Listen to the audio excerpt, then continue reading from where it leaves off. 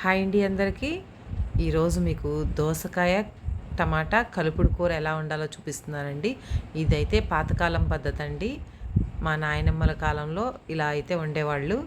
దోసకాయని ఇలా ముక్కలుగా కట్ చేసుకొని ఇంకా మనం స్టవ్ మీద పెట్టుకొని తాలింపు వేసుకోవాల్సిన పని లేదండి. అలా దోసకాయలను కట్ చేసుకొని మనం డైరెక్ట్గా ఏ కళాయిలో వండుతామో కర్రీ ఆ కళాయిలోకి అయితే దోసకాయ ముక్కలు వేసుకోవాలి. తర్వాత ఆనియన్స్ వేసుకోవాలి.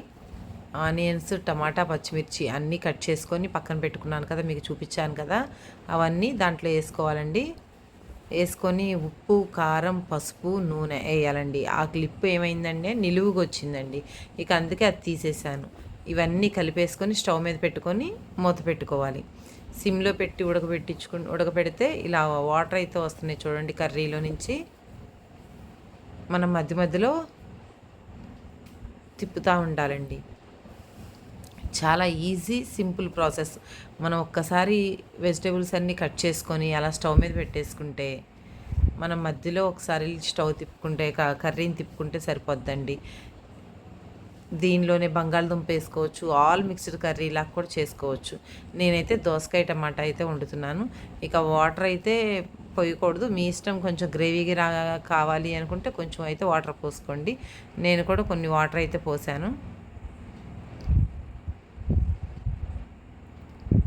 ఈ విధంగా అయితే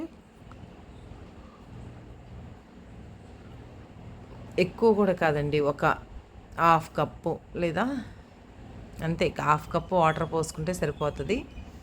అలా పోసుకొని ఒకసారి తిప్పుకొని మళ్ళీ మూత పెట్టుకోవాలి.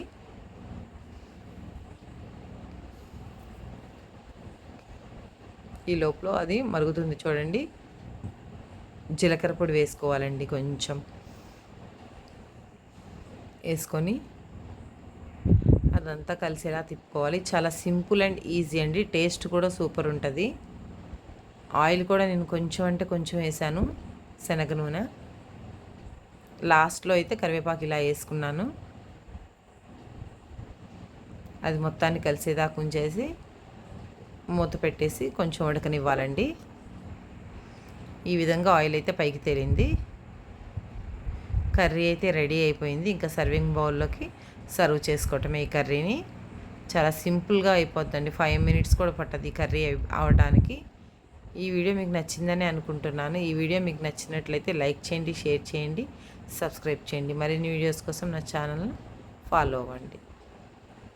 ఈ విధంగా అయితే సర్వ్ చేసుకున్నాను. ఈ వీడియో నచ్చితే లైక్ చేయండి, షేర్ చేయండి, సబ్స్క్రైబ్ చేయండి.